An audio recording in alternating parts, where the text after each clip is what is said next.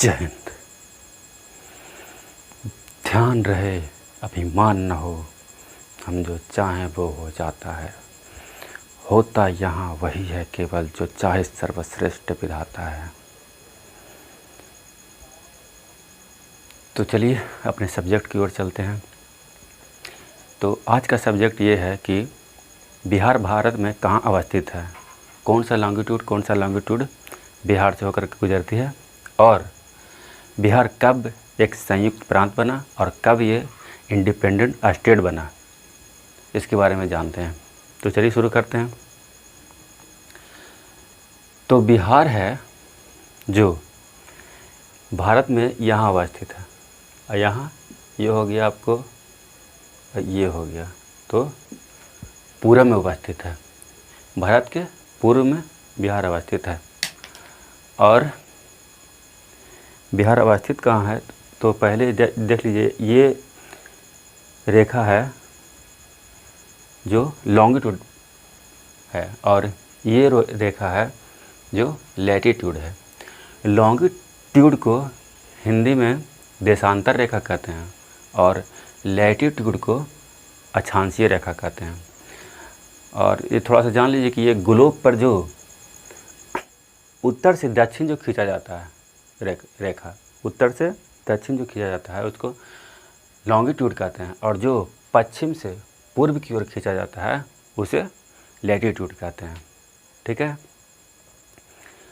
तो बिहार की अवस्थिति देखें तो ये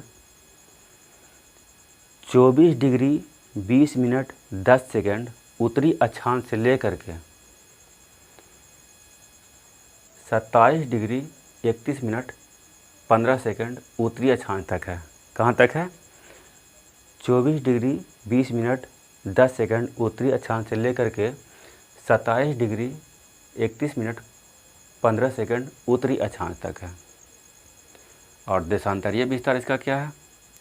तो देशांतरीय विस्तार इसका है, ये देखिए, 83 डिग्री 19 मिनट 50 सेकेंड पूर्वी देशांतर, 83 डिग्री 19 सेकेंड पूर्वी देशांतर से लेकर के यह हो गया 88 डिग्री 17 मिनट 40 सेकेंड पूर्वी देशांतर। कितना है? 88 डिग्री 17 मिनट 40 सेकेंड पूर्वी देशांतर। तो इसका देशांतरीय विस्तार हो गया 83 डिग्री 19 मिनट 50 सेकेंड पूर्वी देशांतर से लेकर के 88 डिग्री 17 मिनट 40 सेकेंड पूर्वी देशांतर। तो अगर इतना याद नहीं हो पा रहा है, थोड़ा लंबा लग रहा है, ऐसे चाहेंगे तो मोबाइल नंबर की तरह याद कर सकते हैं, लेकिन अगर मान ली नहीं याद होता रहा है तो कोई बात नहीं है। शॉर्ट में आप याद रखिए, 24 डिग्री उत्तरी अक्षांश से लेकर के 27 डिग्री उत्तरी अक्षांश, ये तो याद रहेगा।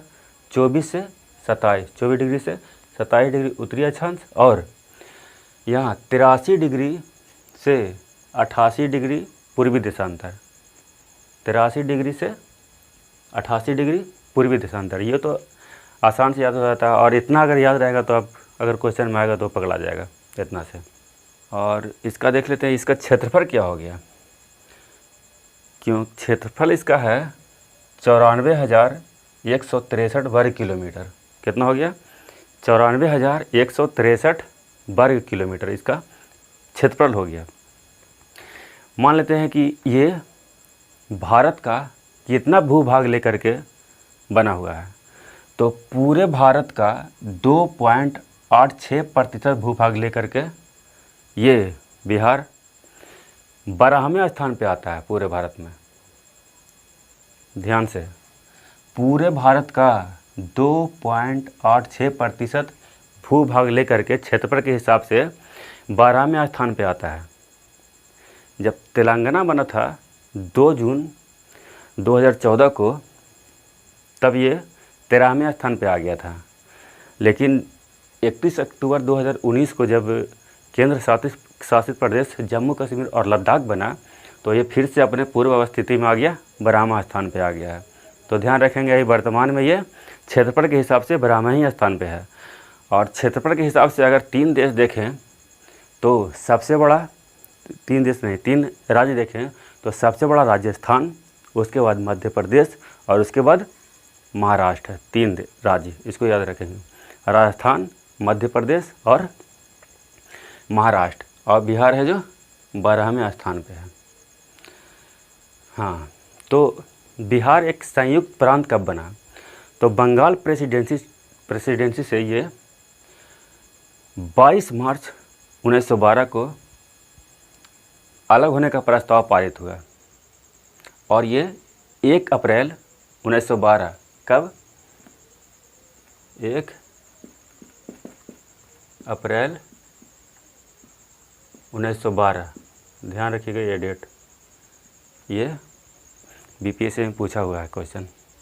1 अप्रैल 1912 को बंगाल प्रेसिडेंसी से अलग होकर के और बिहार और उड़ीसा एक साथ संयुक्त प्रांत, ध्यान रखिएगा यहाँ पे क्या है, संयुक्त प्रांत बना, यहाँ पे संयुक्त प्रांत बना। और एक इंडिपेंडेंट स्टेट कब बना? तो इंडिपेंडेंट स्टेट को भी ध्यान रखिएगा कि 1 अप्रैल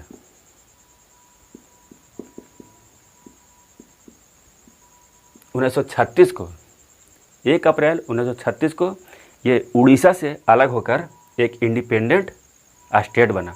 तो स्वतंत्र राज्य कब बना? तो 1 अप्रैल 1936 को। संयुक्त प्रांत कब बना?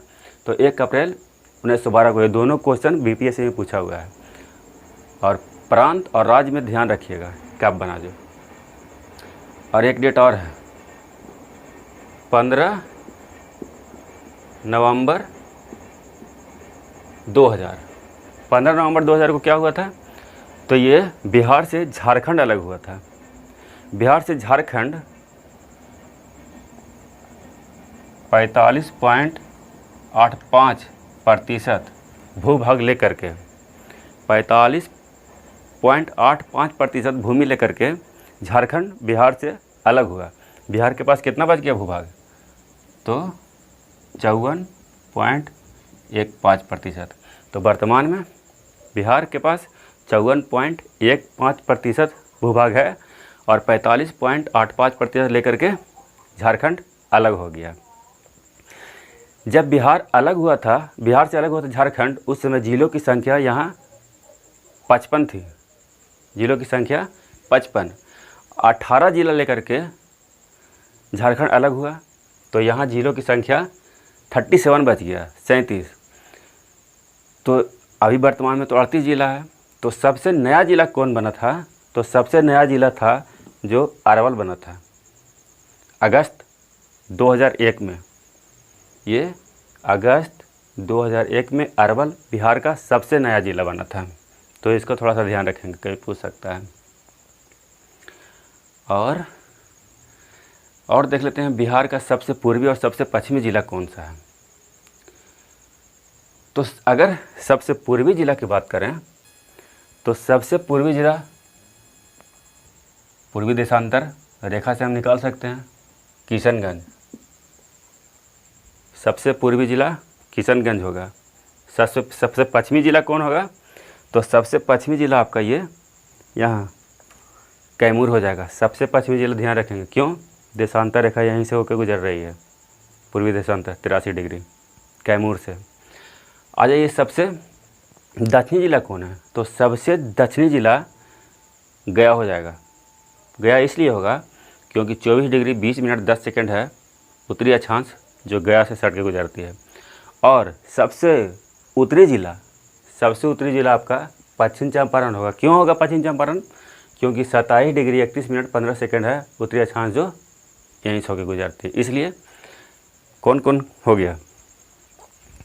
तो सबसे पूर्वी जिला किशनगंज, सबसे पश्चिमी जिला आपका हो गया कैमूर, सबसे उत्तरी जिला हो गया पश्चिम चंपारण और सबसे दक्षिणी जिला हो गया गया।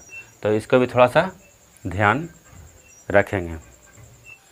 और एक और क्वेश्चन है कि बिहार दिवस कब मनाया जाता है? तो इसको ध्यान रखिएगा, 22 मार्च को बिहार दिवस मनाया जाता है। नीतीश कुमार, श्री नीतीश कुमार जी ने इसे शुरू किए हैं। 22 मार्च को बिहार दिवस मनाया जाता है। तो आज का क्लास अब यहीं पे समाप्त करते हैं और अगला क्लास में बिहार की नदियों के बारे में थोड़ा जानते हैं। कौन नदी किस ज़िले से होकर कहाँ मिलती है, इसके बारे में। तो नमस्कार।